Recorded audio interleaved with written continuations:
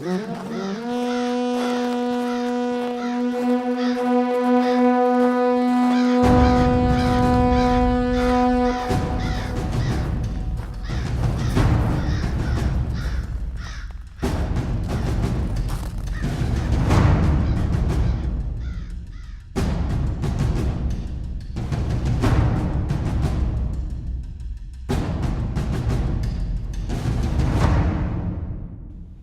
bien, bonjour à tous et à toutes, et bienvenue dans ce nouvel épisode du Son du Mur un peu particulier, puisque en plus de mes acolytes habituels, Nymphadora, John et Chris, nous aurons un invité surprise un peu plus tard dans cet épisode.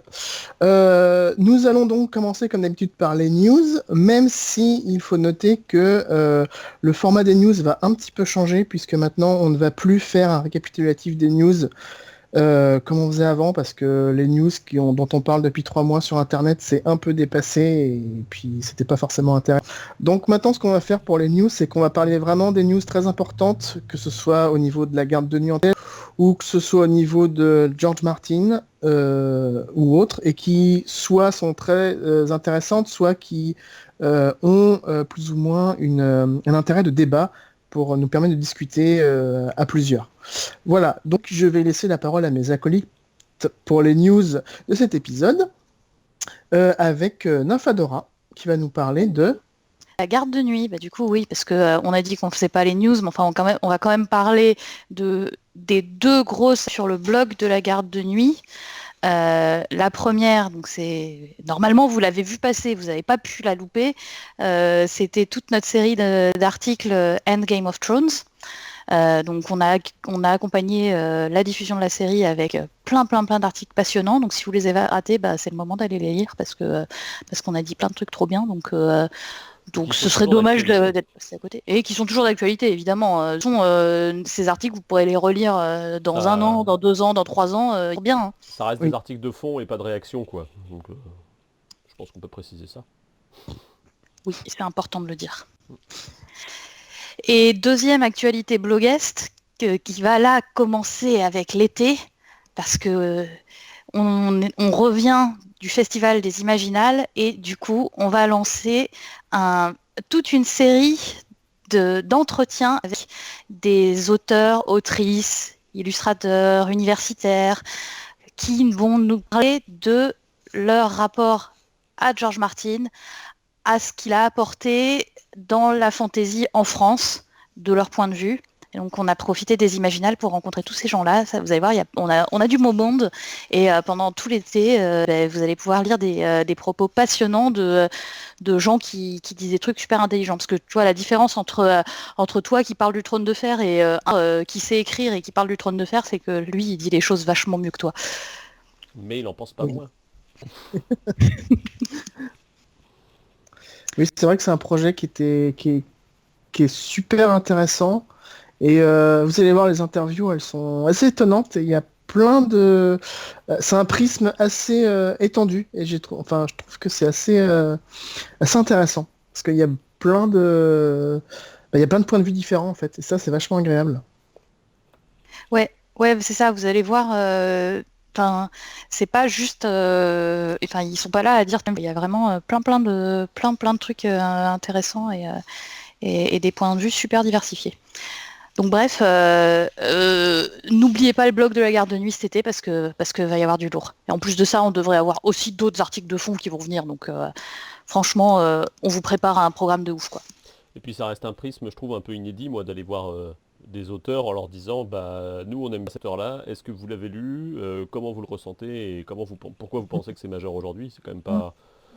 Je pense pas que d'attaque qu'ils aient tous les jours en termes d'interview aussi, donc ça doit sans doute apporter des choses, même aux gens qui les connaissent bien, en termes pas de révélation, mais de manière d'appréhender l'écriture, on va dire. Et Jean-Jean, du coup, à toi de nous parler de ta news. Ouais, alors moi je vais vous annoncer, c'était assez confidentiel, mais vous êtes sûrement pas à côté, mais donc il y a eu la saison 8 de Game of Thrones et elle est finie. Et donc comme le son du mur, on est toujours à la pointe de l'actu, on va vous faire un épisode spécial débrief de la saison 8, Hardcore. vraiment Vraiment, voilà. Ouais, à froid. Crois Pas sur du tout pile poil pour la sortie parce que ça sera pas avant encore une semaine. Donc, voilà, vous aurez eu le temps d'avoir bien digéré cette saison 8. Nous aussi, on a vraiment adoré. Il fallait redescendre un peu de notre petit nuage. Et, et on vous parlera aussi d'un autre truc intéressant qui est la sortie de la deuxième partie de Feu et Sang. Donc vous avez déjà fait un podcast sur la première partie. Là, la deuxième partie est sortie donc fin mai, donc ça commence déjà à roter. Mais on va vous faire aussi un épisode spécial pour débriefer ça. Donc voilà, si vous n'avez pas à nous écouter après ce podcast, eh ben, vous en aurez deux autres très bientôt qui vont arriver. En gros, vous allez avoir 3 heures d'émission parce qu'on est à la bourre. Voilà, Pas en mal. gros. Non, mais aussi parce qu'il y a plein d'actu, quoi. Ouais, c'est ça. C'est C'est la ça. convergence des flux. Et puis, ça sera encore des podcasts de fond, hein, il faut le préciser. C'est vrai. On va être loin des débats sur les têtes brûlées et les badass. Hein. Mince. Qui Je crois était qu'on peut un quand très même mettre bon bouche à podcast. merde dans le podcast ou Je pas? pense qu'il faut citer Bouche à Mer podcast. Qui était un très bon podcast, je tiens à le dire. Et c'est maintenant le moment où nous accueillons notre invité surprise. On l'a entendu arriver dans le studio. Eh bien, bonsoir Dédé, ou DNDM, ou Thierry Bonsoir. Soulard. Oui, c'est le nom sous lequel je suis connu maintenant, on va dire. C'est Voilà. mon identité secrète, dévoilée. Voilà, donc c'est pas Batman, hein, c'est pas Bruce Wayne, mais c'est DNDM, donc qui vient nous parler de son ouvrage Les mots sont du vent, qui est sorti fin mai, si je dis pas de bêtises. Oui, en même temps que Feu et Sang, donc dans les tout derniers jours de mai. Voilà. Pour la classe, hein. Le mec, il peut dire qu'il a une sortie simultanée avec George R. R. Martin, quoi. Genre, Ouais. Merci à mon éditeur pour ça, parce que moi j'y suis absolument pour rien. Juste avant de commencer l'interview pour présenter le bouquin, etc., parce qu'on l'a lu, puis faire nos retours, etc., peut-être juste te présenter très succinctement qui es-tu, d'où viens-tu, formidable robot des temps nouveaux. Vas-y, dis-nous. Donc moi, je suis né il y a 35 ans et mes parents m'ont appelé Thierry et il s'appelait Soulard, donc je m'appelle Thierry Soulard. Et puis après, j'ai fait différentes choses, genre des études et à un moment du boulot. Et j'ai été entre autres journaliste et maintenant je suis toujours un petit peu journaliste et je fais de plus en plus de choses en rapport avec la narration, la communication de façon générale. Et il y a à peu près 8 ans de ça, j'ai rejoint la garde de nuit sous le pseudonyme de DNDM. Donc c'est pour ça que beaucoup de gens me connaissent plutôt sous ce pseudonyme, DNDM, plutôt que sous mon vrai nom. Et du coup, en rejoignant la garde de nuit, j'ai commencé à vraiment me passionner pour l'univers de George Martin, et ce qui m'a amené petit à petit à écrire ce livre qui est sorti le mois dernier. Cool. Voilà. Peut-être les autres, si vous voulez enchaîner sur des questions, n'hésitez pas. Première question, pourquoi DNDM? Alors DNDM, en fait, ça veut dire des nouvelles du monde à la base. C'est-à-dire que c'était un vieux pseudo qui venait d'un vieux blog que j'avais qui n'est plus du tout en ligne maintenant, où je jouais sur le double sens de nouvelles, où à la fois c'était un blog où je parlais un petit peu de journalisme parce que c'était mon boulot, et un petit peu de fiction, donc de nouvelles de fiction, parce que je commençais à essayer d'en écrire à l'époque. Et donc du coup, quand j'ai rejoint la garde de nuit, où je m'étais dit au début, ouais, de toute façon je vais m'inscrire, et dans 2 jours j'aurais oublié que je me suis inscrit, j'aurais oublié que ce forum existe et j'y reviendrai jamais. Donc j'ai mis le premier pseudo pourri qui me passait par la tête et c'était DNDM. Et puis 8 ans plus tard, je suis bloqué avec ce pseudo pourri. Ouais, alors du coup, qu'est-ce qui a fait que tu es resté sur la garde de nuit aussi longtemps? C'est une bonne question. Ce qui a fait que j'y suis resté, c'est Sympa, déjà... le mec. Non, il y a 2 choses assez différentes en fait. Il y a le fond et la forme. Il y a le fond George Martin, c'est-à-dire que c'est l'endroit où on peut parler intelligemment et de façon intéressante de l'œuvre de George Martin. Donc vu que ça, je me suis passionné pour l'œuvre de George Martin, c'était un endroit incontournable. Mais il y a aussi derrière les gens en fait et le ton des débats, c'est-à-dire que le forum de la garde de nuit, outre son côté, enfin quand on parle de George Martin et qu'on les a décortiqués l'œuvre, c'est quand même un endroit très agréable, où c'est l'un des rares endroits sains d'Internet, je trouve, où on peut discuter d'un petit peu tout et n'importe quoi avec des gens sans que ça parte dans tous les sens, sans qu'on relativise tout, sans qu'on parte sur un humour noir, cynique, qui est un petit peu la marque de fabrique d'Internet. Et j'apprécie beaucoup ça, en fait. C'est un endroit où je trouve aussi les femmes ont... je sais pas, je suis pas une femme, mais j'ai l'impression que les femmes s'y sentent plutôt bien, puis qu'il y en a pas mal. Et je trouve que c'est un marqueur un petit peu important d'Internet. Enfin, un endroit où tout le monde se sent bien, c'est un endroit où j'ai envie d'être, et un endroit où les gens commencent très rapidement à se moquer d'autres personnes, à être cyniques, à en rejeter d'autres, bah, c'est pas forcément un endroit où j'ai envie d'être. Donc voilà, en fait, c'est un petit refuge que j'aime bien, le Forum de la Garde de Nuit. C'est un endroit où vraiment je me sens bien. Donc c'est pour ça que j'y reste. C'est beau ce que tu dis. On va le mettre en citation à l'entrée du blog. Ah ouais. Et ça fait un moment que nous on peut lire tes théories plus ou moins crackpot sur le forum. À quel moment tu t'es dit en fait ça me suffit plus de théoriser comme ça sur le forum, j'ai envie d'en faire un livre, de publier quelque chose. Pourquoi est-ce que tu as senti un besoin de faire quelque chose de plus construit Bah, il y a, il, comment- il y a depuis longtemps l'envie, ou quelque part pas la possibilité, mais le contenu qui est là quand même depuis assez longtemps, les théories sur lesquelles je m'appuie et la réflexion globale qui mène le livre. C'est quelque chose qui a commencé à la sortie de La Princesse et la Reine, qui s'est étoffé peu à peu, mais ça doit bien faire 4 ans que j'aurais éventuellement pu me lancer sérieusement dans ce bouquin et à chercher un éditeur ou autre. Mais j'ai oublié le début de ta question. La question c'était un peu pourquoi tu as senti ce besoin de faire un bouquin. Est-ce que tu t'es senti limité par le format théorie sur le forum? Voilà, non, donc du coup, ouais, voilà, je voulais pas forcément tout mettre sur le forum parce que je savais pas trop comment ça serait pris. Il y avait ce côté, est-ce que je ne casse pas un peu, je ne spoile pas un peu trop la magie de George Martin. Ce qui s'est passé derrière aussi, c'est la longue nuit. C'est-à-dire que le forum, à un moment, on a été quasiment un an sans forum à cause de soucis techniques importants. On a perdu une énorme partie de nos conversations. Et donc du coup, ça m'a un petit peu poussé aussi vu que j'avais plus cet espace de discussion et cet espace d'expression, à mettre un peu en ordre mes notes à ce sujet. Et la troisième chose, en fait, c'est aussi une question d'opportunité, c'est-à-dire que bah, j'essaye depuis longtemps d'écrire, j'écris des nouvelles, j'écris des romans de mon côté. Grâce à ça, je me suis retrouvé dans une anthologie qui a été publiée. Grâce à ça, je me suis retrouvé au Salon du Livre de Paris. Et la deuxième fois où je suis allé au Salon du Livre de Paris, il y avait l'éditrice du Trône de Fer, l'éditrice en français, enfin chez Pygmalion, qui était là, Florence Lotin, pour une rencontre Trône de Fer et Roi Maudit. Et moi, j'y suis allé.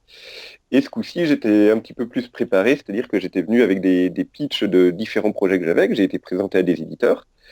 Et parmi les pitchs, il y avait celui-là, et vu que j'avais vu qu'elle serait là, j'avais préparé ce pitch-là, en fait. J'avais préparé, en fait, un petit laïus, quelques feuilles pour parler de ce projet-là.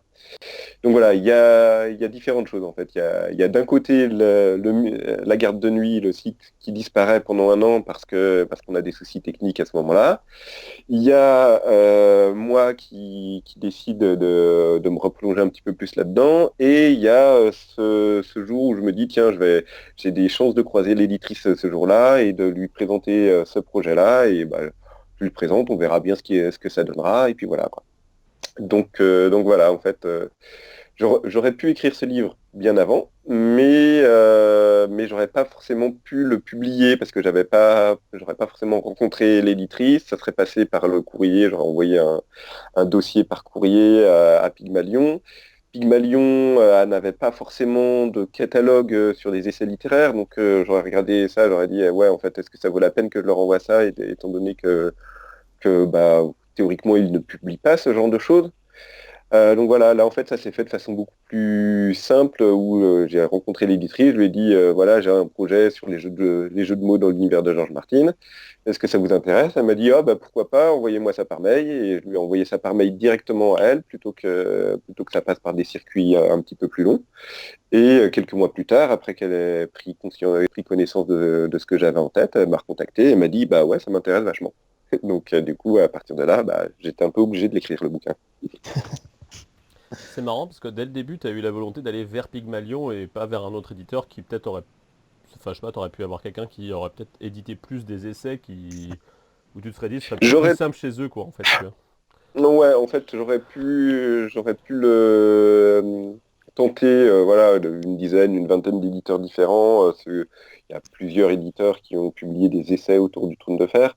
Ça aurait pu trouver sa place ailleurs, mais je trouve que ça a vraiment une logique de le faire chez Pygmalion, parce que c'est l'éditeur français du Trône de Fer et que quelque part ça valide d'autant plus à la fois le contenu du bouquin et la démarche derrière, dans le sens où j'ai pas l'impression de faire quelque chose en douce de George Martin et de ses éditeurs, en fait. C'est quelque chose que même l'éditeur français de George Martin trouve intéressant et trouve légitime. Donc je pense que j'avais aussi besoin de ça, j'avais besoin un petit peu de cette validation et que ça soit chez cet éditeur-là, du coup. Et puis après, on peut souligner aussi que là, ton texte, il parle vraiment des livres, contrairement à la plupart des autres essais. Les autres essais, parfois, abordent la thématique des livres, mais le focus principal reste la série télé. Donc, toi, tu es le tout premier essai sur les livres. Donc, je ne sais pas si je suis le premier, il y en a plein, enfin en français. En français.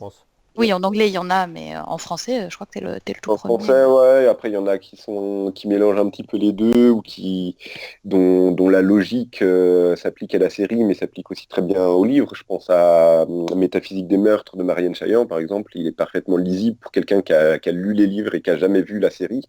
Et tout à fait intéressant parce qu'en fait, toutes les idées intéressantes qu'elle étudie, c'est des idées qui viennent des livres et pas de la série. Donc, du coup, même s'il y a mis Game of Thrones en gros partout, c'est quand même un livre extrêmement intéressant à ce niveau-là. Mais oui, c'est quand même un livre, enfin mon livre à moi parle vraiment du texte de George Martin et pas de la série. Donc du coup, est-ce que ça aurait intéressé d'autres éditeurs qui m'auraient peut-être plus poussé à faire ah oui, tu veux pas un peu plus parler de la série, tu veux pas faire moitié-moitié, voilà. Bah, je ne sais pas quoi. Enfin, du coup, c'est vrai que chez Pygmalion, ils étaient très contents aussi d'avoir quelqu'un qui parle des livres, parce que je pense aussi que si on regarde ça d'un point de vue global pour Pygmalion, ils ont aussi tout intérêt à ce qu'on parle des livres et plus la série. La série maintenant, non seulement c'est de l'histoire ancienne, mais en plus c'est pas eux qui ont les droits, alors que Pygmalion, bon, bah, eux ils ont aussi besoin enfin ils ont aussi envie et tout intérêt à ce que les gens qui ont apprécié la série ou qui ont été un petit peu laissés sur leur faim par la série se tournent vers les livres maintenant. Et mon ouvrage à moi est d'une certaine façon un marchepied pour certaines personnes qui vont se dire ouais tiens en fait les livres sont vraiment très différents de la série sur certains aspects. Et les livres ont un vrai aspect littéraire qui justifie la lecture et le temps investi là-dessus, au-delà de la simple histoire qui est racontée. D'ailleurs, juste peut-être présente succinctement ce qu'est ton livre, parce qu'on en parle depuis un moment, et pour les gens qui l'ont pas encore lu et que ça intéresserait, peut-être présenter un peu ce qu'est cet essai, ce que tu développes dans ton livre. Donc le livre, il s'appelle Les mystères du trône de fer, les mots sont du vent. Les mots sont du vent, en fait, c'est le titre que moi, enfin, le titre que je lui ai toujours donné. Moi, c'était mon titre de travail. C'était même pire que ça. Mon titre de travail, c'était en anglais Words Are Winds, c'était Tuo, en fait. The Wind of Words. Donc voilà, j'ai écrit Tuo. Tuo a été publié fin mai. Vous pouvez le trouver dans toutes les librairies. Donc, voilà. Du coup, ce livre, en fait, c'est un livre sur les jeux de mots de George Martin au sens très large, et sur l'aspect littéraire du Trône de Fer. C'est-à-dire que George Martin, c'est pas un auteur qui écrit simplement une histoire, c'est quelqu'un qui a un projet littéraire très précis et qui le développe tout au long de son univers, qui a vraiment créé son univers en fonction du projet littéraire et pas l'inverse. En gros, il a un monde de fantaisie qui est entièrement constitué de mots. C'est un monde qu'on appréhende en tant que lecteur uniquement par des mots. Donc il y a la façon dont il va nous raconter ça, mais il y a aussi le fait que les lieux géographiques ont tous des noms très simples. Les bâtards dans l'univers de George Martin ont tous des noms aussi très simples d'éléments de géographie, en fait, d'éléments physiques, stone, sand, storm, snow. Donc si on les avait traduits en français, ça serait neige, tempête, sable, voilà. Et en fait, tout ça, c'est pas gratuit du tout. Ça permet à George Martin de faire énormément de jeux de mots et d'utiliser énormément d'outils littéraires derrière, à la fois dans ses prophéties, dans ce que les Anglais appellent des foreshadowing, donc c'est-à-dire les préfigurations, les indices en fait qui vont permettre ensuite à un lecteur de se dire ah ce plot twist là, ce retournement de situation là, on aurait dû le voir venir, on ne l'a pas vu venir, mais c'était indiqué par une tournure de phrase un petit peu alambiquée qu'il y avait avant. C'était annoncé par un silence, un non-dit ou un choix des mots de tel personnage qui avait été fait, qui était un peu étrange, un peu à double sens. Et en fait, quand on relit maintenant, on se rend compte que c'était prévu. Donc voilà, George Martin, en fait, voilà, il utilise vraiment les mots d'une façon très particulière. Et jusqu'à maintenant, je pense que ça n'avait pas vraiment été vu par les fans, même s'il y en avait beaucoup qui, sur telle ou telle théorie, se rendaient compte, tiens, là, il y a des jeux de mots sur Jon Snow. Jon Snow, Jean Neige, il y a un roi caché sous la neige, ça fait partie des choses qui étaient connues depuis 15, 20, 25 ans. Mais personne s'était vraiment rendu compte à quel point George Martin avait systématisé cela, en fait. Je ne sais pas si je suis clair ou si vous voulez me poser un peu plus de questions pour détailler ça, parce que c'est vraiment le cœur du livre et au début c'est un peu difficile à expliquer, ou alors faut faire ce que j'ai fait, c'est-à-dire une partie méthodologie et derrière plein d'exemples pour qu'on comprenne vraiment tout ce qu'il y en a. Le livre il est fait comme ça, en fait j'ai une première partie, un premier chapitre qui parle de la méthodologie littéraire de George Martin, et derrière j'applique cette méthodologie à différents exemples, différentes intrigues du livre pour qu'on voit que oui, George Martin, il n'écrit pas simplement, tiens, j'aime bien cette tournure de phrase-là, je trouve que ça sonne bien, je vais la mettre. Vraiment, il écrit, il réécrit, et il sélectionne ses mots pour permettre de multiples sens et pour permettre de multiples développements. D'accord. Ok. Bah, très bien. Belle présentation. Ouais, ça me semble succinct, hein. T'as mis que 3 minutes alors que ça s'avère beaucoup plus compliqué que ça en vrai. Je peux faire toute une heure là-dessus si vous voulez, mais bon. Non, mais sinon, faut pas tout spoiler ton bouquin. Oui. Après, les gens, il faut qu'ils le lisent aussi, hein. Ah oui, mais il faut leur donner envie de lire, il faut quand même leur donner les grandes idées, qu'ils sachent ce qu'ils achètent. Grosso modo, voilà, ouais, si je reprends ce que j'avais mis sur le forum à un moment, que c'est ce livre, c'est pas un catalogue de théories, c'est pas non plus un livre d'universitaire chiant et pointu où il faut avoir du vocabulaire d'universitaire et un bac plus 8 en littérature comparée pour comprendre. En fait, c'est un livre qui explique comment George Martin écrit et pourquoi cette écriture permet de deviner, pas forcément ce qui va se passer après, mais de montrer toutes les portes que George Martin s'ouvre dans ses intrigues. En fait, voilà, quand George Martin écrit, si je prends l'exemple du mot main, le mot main, chez George Martin, il a 30 signifiés différents. C'est-à-dire que le mot main est un signifiant, et les signifiés, c'est ce que représente le mot main.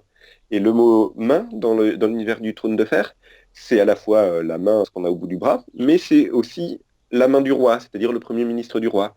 C'est aussi la main ardente, c'est-à-dire l'armée, entre guillemets, de l'église de Rollor. C'est aussi les mains sanglantes, c'est aussi les mains rouges, c'est aussi plein d'autres choses comme ça qui vont être un coup des médecins à Bravos, un coup des clans des montagnes du Val. Voilà. Il y a plein de signifiants au mot main, il y a plein de réalités qui se cachent, des réalités très différentes qui se cachent sous le mot main, et c'est pas par hasard. Et c'est exactement la même chose pour neige, pour sable, Dragon, le mot dragon dans l'univers de George Martin, il va s'appliquer à la fois aux grosses bestioles ailées, aux Mhm. Targaryens, aux Monadors et éventuellement à d'autres choses qu'on pourra rencontrer plus tard. Donc voilà, chaque mot dans l'univers de George Martin, il a énormément de sens différents et grâce à ça, George Martin peut vraiment construire un monde hyper intéressant d'un point de vue littéraire. Voilà, si je résume l'idée générale du livre, c'est ça. Alors moi, je trouve que tu oublies un point dans ton livre, c'est quand même qu'il y a plein de théories trop bien dedans, quand même. Parce que tu dis, c'est pas un catalogue de théories, ce qui est le cas, c'est pas du tout un catalogue de théories, mais par contre, tu appliques ta méthode à des théories et qui sont. Alors on adhère ou on n'adhère pas, et on n'adhère pas forcément à toutes, mais n'empêche que au moins c'est. Alors c'est pas de l'inédit pour nous qui t'avons lu sur le forum, mais, mais n'empêche que ça reste ouais, quasi inédit dans le monde du trône de fer, quoi. C'est pas Oui, les théories classiques qu'on lit partout, Ah, quoi. c'est ça que, c'est pas du Rhaegar, Lyanna égale Jon Snow, quoi. voilà, On est c'est au-delà ça de que je cette veux théorie-là, quoi. C'est ça que je veux dire quand je dis que c'est pas un catalogue de théories connues, dans le sens où c'est pas un best-of de j'ai été traîné sur Internet et j'ai repris toutes les théories qui me semblaient un peu crédibles ou un peu connues et j'ai fait un best-of du travail que d'autres ont fait depuis 20 ans sur les forums anglais ou français.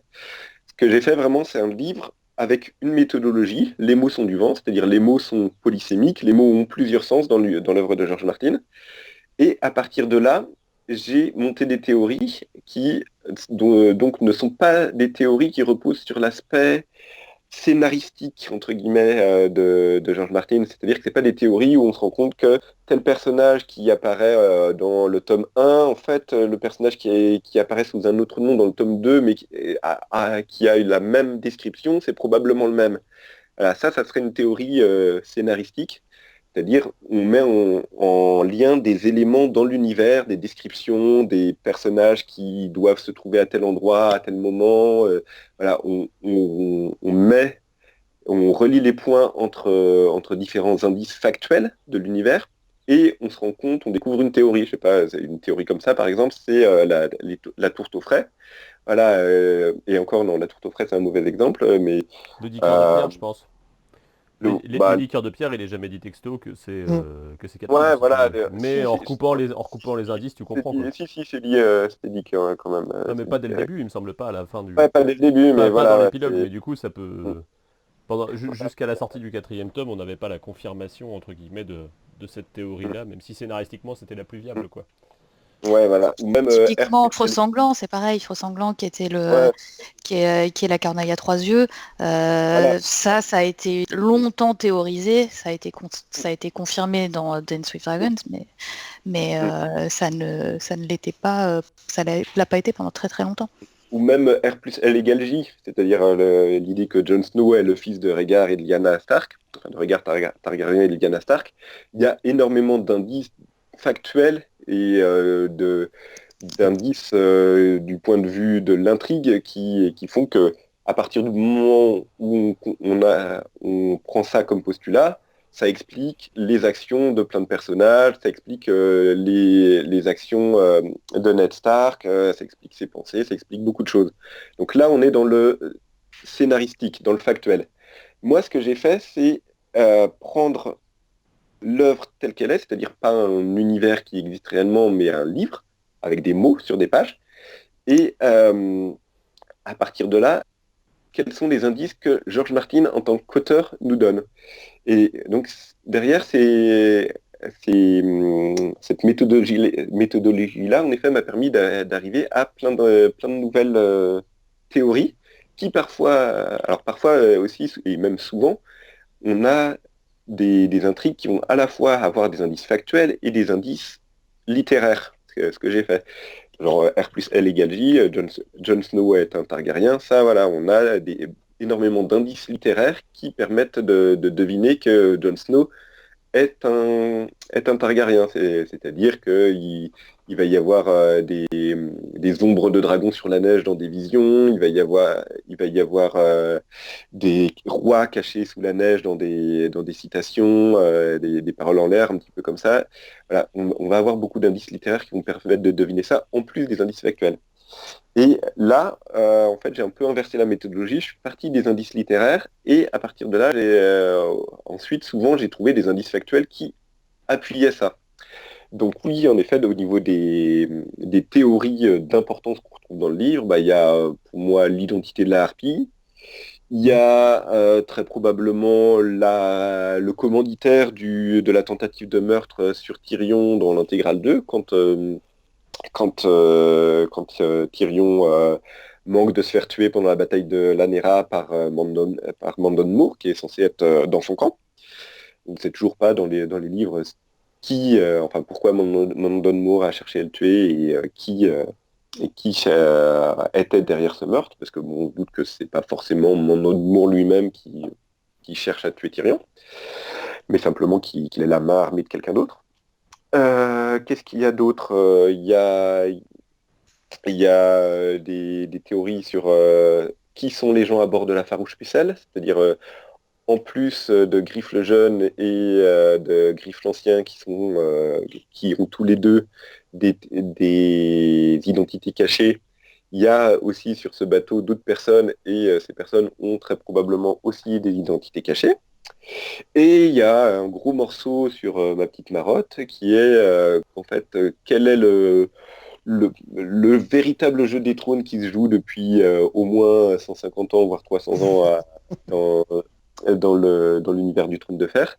C'est-à-dire en fait, qu'est-ce qui s'est passé autour des dragons pour que on ait un univers dans lequel il y avait des dragons, et puis maintenant il n'y en a plus. Donc, à part les 3 dragons que Daenerys Targaryen réussit à faire éclore. On a eu 150 ans sans dragons dans l'univers du Trône de Fer. Et il y a de plus en plus d'indices dans les livres sur... on a Marwyn qui dit à Sam, à la fin de l'intégrale 4, qui est-ce qui, selon toi, a tué les dragons, de courageux chevaliers avec leurs épées? Non, la citadelle n'a que faire n'a que faire d'un monde avec des dragons. Et du coup, il y a derrière énormément de théories qui sont parties sur Internet sur est-ce que les maîtres n'aiment pas les dragons? Pourquoi est-ce que les maîtres n'aiment pas les dragons? Est-ce qu'ils sont anti-magie? Eux, c'est des scientifiques et ils préfèrent un monde sans magie. Voilà. Et du coup, il y a ma petite théorie fétiche des moutons gris qui est très connue des gens du forum parce que c'est un petit peu ma marotte préférée. Faut savoir que dès qu'il y a le mot mouton, même dans un billet de blog de George R. R. Martin, il le décortique. Du coup, voilà. En fait, qui est derrière, du coup, dans le livre, une théorie d'importance, justement, pour montrer qu'est-ce qui a pu se passer depuis la danse des dragons, en fait. Donc, l'événement où on passe de une bonne vingtaine de dragons vivants à 2 ou 3 dragons éclopés qui vont pas tarder à mourir. Et derrière, j'en parle assez peu dans le livre, parce qu'on est resté vraiment sur les indices littéraires, mais si vous me lancez là-dessus, je pars sur 150 ans de complot anti-dragon derrière, sous les grands règnes des Targaryens qui se succèdent depuis Aegon III à Aerys le Fou. Va falloir qu'on te réinvite, quoi. Parce Voilà. que là, on va pas avoir le temps. Ouais, et puis on voudrait pas que les gens n'aillent pas lire ton livre en fait. Non, en plus. Ce serait pas très productif. Ouais, bah ouais. En plus, Allez, attends, il y a la garde de nuit en couverture du livre. Attends, c'est trop la classe. En plus, on peut en parler, ça, d'ailleurs, de comment ça s'est passé. C'est intéressant aussi, je pense. Oui, c'est vrai qu'on n'en a pas parlé de ça, effectivement. Moi, j'étais pas au courant. Comment ça s'est passé? C'est tout bête. Un jour, on reçoit un message de DNDM. J'ai un projet, il faut que je vous en parle. Du coup, il avait l'air d'avoir tout peur de notre réaction. Nous, c'était trop mignon. Alors nous, on était, mais c'est trop bien, un livre. Voilà, elle dit, du coup, l'idée, ce serait donc que j'écrive un livre, machin, et que le livre soit recommandé par la garde de nuit, qui est officiellement la garde de nuit qui soit citée sur le livre. Alors, on a un peu parlementé avec Florence Lautin, l'éditrice, pour cadrer bien les choses, pour voir exactement qu'est-ce que ça impliquait pour l'association, qu'est-ce que ça n'impliquait pas pour l'association. Quand même, hein, il faut aussi prévoir des garde-fous. Donc on a même fait un super contrat, tout ça. Et on a relu ensuite le travail de Thierry. On était 6 relecteurs. Et donc on a eu le livre par fragments. C'était un peu sportif. La prochaine fois, si on pouvait l'avoir en un seul morceau, ça serait bien. Alors ça, en fait, c'est ouais, du coup, voilà, c'est lié à l'histoire éditoriale du livre derrière qui fait que, vu que l'éditeur voulait le sortir en même temps que Feu et Sang, il fallait qu'il soit fini pour fin mai. Et donc pour être fini fin mai, il fallait qu'il soit imprimé, distribué, il fallait qu'il soit imprimé et distribué fin mai, donc il fallait qu'il soit fini en avril. Et moi, j'ai rendu à peu près dans les temps le manuscrit tel qu'il était prévu. Derrière, ça a pris un petit peu plus de temps au niveau du premier retour éditorial de l'éditrice. Quand elle me l'a renvoyé, elle a fait son boulot d'éditrice, c'est-à-dire qu'elle l'a fait super bien. Et grosso modo, le bouquin qui faisait 600 000 signes est passé à 400 000 signes, c'est-à-dire un bon tiers de moins, simplement parce qu'elle l'a resserré sur l'émotion du vent, vraiment sur les théories qui étaient des théories littéraires, et en enlevant tout ce qui n'était pas directement de l'aspect littéraire, que moi je trouvais intéressant et que je pense les lecteurs trouveraient intéressant, mais qui n'était pas dans l'idée de base du livre, enfin dans le cœur de projet, c'est-à-dire vraiment rester sur l'aspect littéraire de l'œuvre de George Martin et les mots. Et donc du coup, on s'est retrouvé à réorganiser le livre, c'est-à-dire qu'il avait une douzaine de chapitres assez disparates. On l'a remonté en 5 grandes parties. Mais vu que j'avais certains chapitres qui se suivaient ou des éléments du chapitre 8 appuyaient ce qui arrivait dans le chapitre 9 et le chapitre 9 appuyait le chapitre 12 dans la logique. Du coup, il a fallu vraiment tout remonter et faire un petit peu comme si on remontait un livre, remonter un film avec des cuts. Les scènes étaient là, mais il fallait refaire. Il y avait du refaire montage, quoi. Voilà, il y avait vraiment du montage à faire et de la relecture derrière, évidemment, des tournures de phrases, des intros, des conclusions de parties à refaire, des choses comme ça. Et donc du coup, ça a fait pas mal de boulot voilà. Et donc du coup, si je me souviens bien, j'ai envoyé en 3 parties finalement le livre à la relecture, qui étaient quand même les parties finales qu'il y avait. Mais voilà, j'ai envoyé les 3-4 premiers chapitres et puis ensuite la dernière partie et enfin les bonus derrière au fur et à mesure que je les retravaillais en fait, quoi. Mais ouais, c'était un peu sportif, on vous a pas facilité la tâche, donc merci beaucoup d'avoir accepté de bosser dans ces conditions un peu spéciales. Et ouais, en fait, l'idée du comité de relecture, c'était pas d'aller chasser la faute, parce que de toute façon, déjà on n'était pas sur une relecture factuelle, ça c'était l'éditrice qui le faisait, c'était surtout de voir si parce que bon, d'accord, DNDM c'est notre pote, alors du coup on avait tous envie que son livre il soit publié, mais ça voulait aussi dire mettre le nom de la garde de nuit en couverture, donc on a relu dans l'optique de savoir si oui ou non on donnait le label recommandé par la garde de nuit. Est-ce qu'on estimait que le livre était suffisamment fouillé, suffisamment intéressant pour être recommandé par la garde de nuit et pour avoir un statut spécial aux yeux de la garde de nuit. Donc, ce qui était évidemment le cas. On n'avait pas trop de doutes avant de le commander. N'empêche que il fallait quand même s'en assurer. Et donc on a organisé un comité de relecture. On était 6. On a échangé autour du livre, des aspects qui nous plaisaient moins. Oui, et puis même si je dis pas de bêtises, vous l'avez chacun relu séparément avant de confronter un petit peu les points de vue, quoi. Ouais, l'idée c'était vraiment que chacun lise en étant vierge de toute opinion, donc que chacun donne son avis à lui sans être influencé par l'avis des autres. Et donc du coup, on avait vraiment fait en sorte que y ait un avis par personne pour après seulement confronter et discuter et que chacun ait déjà de base puisse dire oui, moi à mes yeux ça doit être ou pas recommandé par la garde de nuit, sans avoir été influencé par les autres.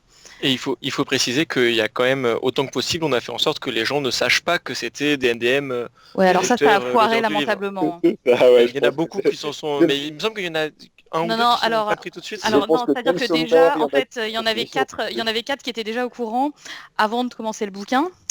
Les deux autres, je crois qu'en Les lisant... deux autres, en lisant juste alors Pandémie, je crois que c'est en lisant juste la première phrase, il a compris que c'était des NDM. Et, et Easy là, c'était au bout de 2 pages, je crois. Donc clairement, non, ça a été un epic fail. Parce On a que ouais, essayé. l'idée c'était vraiment que les gens partent sans aucun a priori et ne sachent pas que c'était un membre de la garde de nuit qui avait écrit. Mais ça n'a pas marché. Voilà, tu es trop reconnaissable. Donc Bah, en voilà. plus, il semble que oui, il y avait quand même mon nom, mon vrai nom sur, Ton vrai nom, puis ouais, non, mais c'était sur le très document clairement. qu'on a envoyé. C'est pas mon pseudo, mais en fait, j'étais déjà, mon vrai nom était quand même déjà un peu connu sur le forum parce que j'avais publié quelques nouvelles, donc voilà.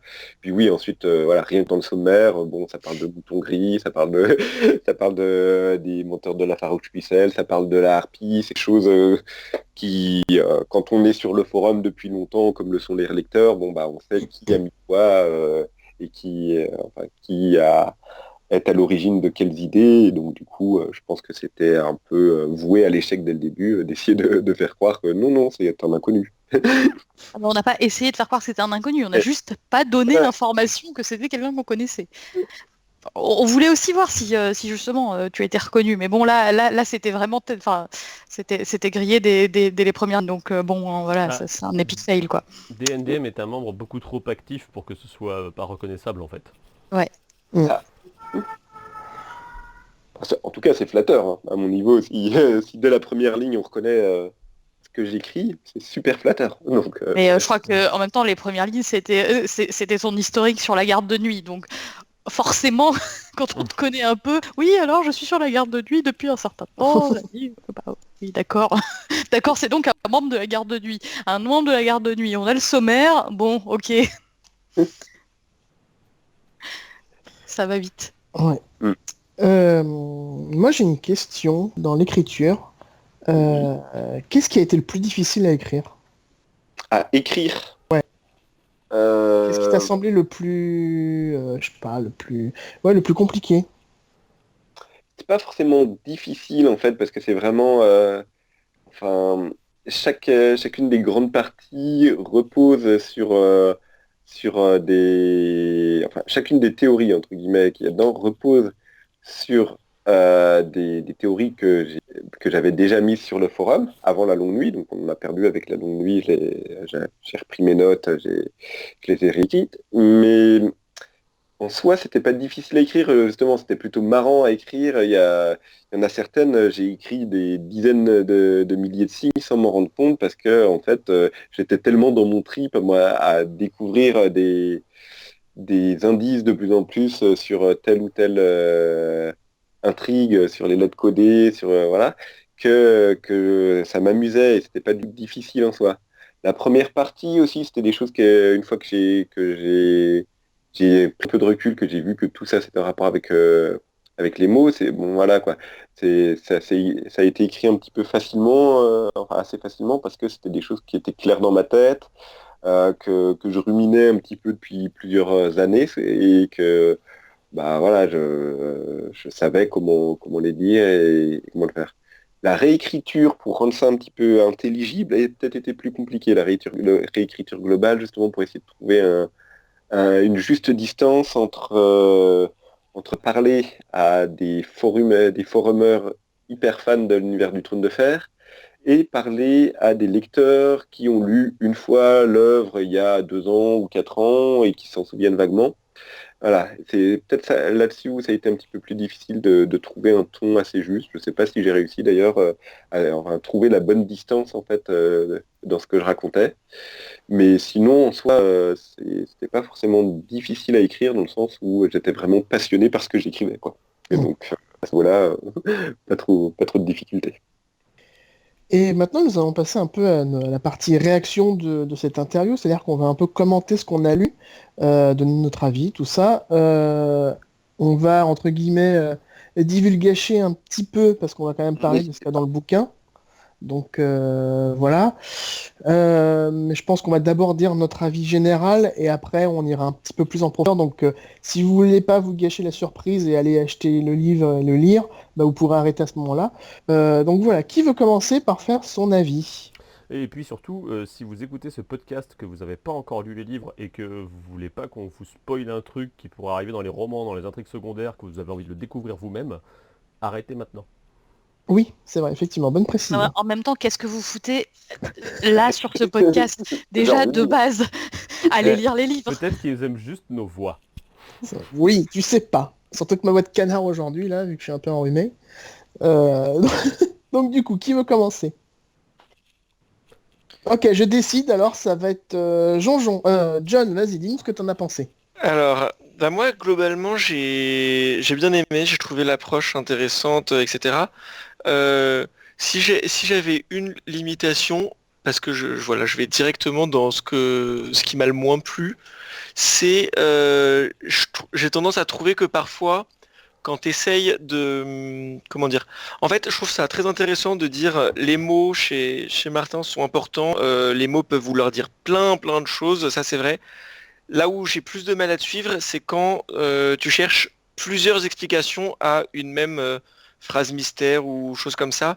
Moi, j'ai un peu cet avis qui s'avérera peut-être faux, mais qui pour l'instant n'est pas prouvé comme faux, que une phrase, une prophétie, un rêve, ce qu'on veut, va avoir une explication et que si à un moment il s'est passé quelque chose qui justifie cette phrase et qui l'explique, j'ai du mal à me dire oui, mais peut-être que aussi ça pourrait être la secte de la ville à l'autre bout du monde qui un jour enverra un membre qui croisera un membre de cette famille mineure mais qui a ça sur le blason. Donc moi c'est un peu ça ma limitation principale, c'est aller chercher une explication très compliquée quand on a déjà une explication cohérente sur sur quelque chose. Je pense que c'est voilà, le pas de trop sur lequel j'arrive pas à te suivre, alors que sur la plupart du truc, je suis assez d'accord et je suis assez. En plus, bon, moi j'ai tendance à être très crédule de toutes les théories, donc en général, il suffit qu'on me dise une théorie et je suis ah oui, je suis d'accord avec ça, et après on me donne une autre théorie qui dit le contraire, je vais oui, je suis d'accord avec ça, c'est le dernier qui parle qui a gagné en général, mais Je rejoindrai Jean-Jean, moi, là-dessus, en fait, mais je pense que c'est la plupart des gens comme ça, c'est tout le monde a ses propres limites vis-à-vis de la théorie, de la théorisation de l'univers, en fait, et à un moment, ça fait peut-être le pas de trop, mais en même temps, c'est intéressant d'avoir ce vue-là aussi. Moi, j'avoue que c'est sur les histoires de fous à la fin que tu m'as largué, quoi. C'est là, ouais, le Moi mec, aussi, j'avoue, la partie fou, voilà. c'est Moi, La partie fou, je suis ouais, d'accord. j'ai eu un moment où je me suis dit, oui. attends, Martine, il peut plus utiliser le mot fou sans que ça veuille dire un truc, tu vois. Et du coup, je me suis dit, là, c'est peut-être un peu trop. Après, bon, la manière dont c'est développé, c'est toujours intéressant, et puis peut-être qu'il y aura vraiment un sens là-dedans, mais là, sur le coup, ouais, pour rejoindre un peu Jojon, mais je pense que à mon avis, c'est peut-être le reproche qu'on t'a fait parfois depuis que tu as sorti le bouquin. Enfin, Je pense même j'ai que celui l'impression qu'on de disait l'avoir. là sur le forum, en fait. Voilà, ouais. C'est le côté, Ouais, les pas théories trop, de enfin, DD, les gens. ça peut être capillotracté parce que tu vas parfois un peu loin, quoi. Ouais, c'est ça.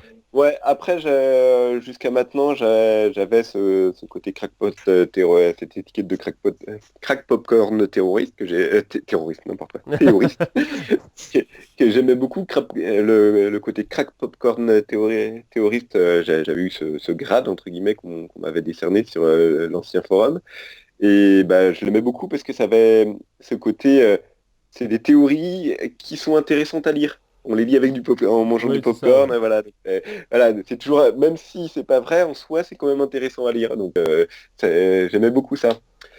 Après, je vais donc deux choses en fait. Je vais d'abord répondre à John. Sur les doubles sens, enfin sur le fait une même prophétie puisse avoir plusieurs interprétations derrière. Alors oui, je comprends je comprends ce que tu veux dire, et oui, peut-être que certaines des théories n'auront certaines des prophéties n'auront, ou des rêves prophétiques, n'auront qu'un seul débouché, qu'une seule interprétation derrière, qu'une seule réalisation. Mais il n'empêche que dans le monde de George Martin, tout est fait pour qu'il puisse y en avoir plusieurs. Si on prend par exemple la prophétie d'Azor Ahai avec ou du prince et qui fut promis avec qui doit naître dans le sel et la fumée. Bon bah le sel, la fumée, on en trouve partout dans l'univers non seulement du trône de fer, mais dans le nôtre aussi. Et évidemment que du coup, si on commence à chercher des gens qui naissent dans le sel et la fumée, bon bah il y a les larmes, voilà, tous les personnages en fait font des fausses interprétations de ça parce qu'ils vont chercher voilà, l'incendie de tel bâtiment, les larmes, il y a du sel dedans, la mer, il y a du sel dedans, machin, il est né dans la cuisine, il y avait le pot de sel qui était sur la table, voilà. Et du coup, il y a ce côté, une prophétie peut toujours avoir 1000 débouchés. Ça ne veut pas dire en effet que toutes les prophéties auront 1000 débouchés. Il y aura probablement des prophéties assez précises qui n'auront qu'un seul débouché derrière. Si on prend, pour l'instant les rêves du fantôme de Noble Cœur, ils ont l'air assez précis. Par exemple, les rêves de Jojen Reed, ils ont l'air assez précis aussi.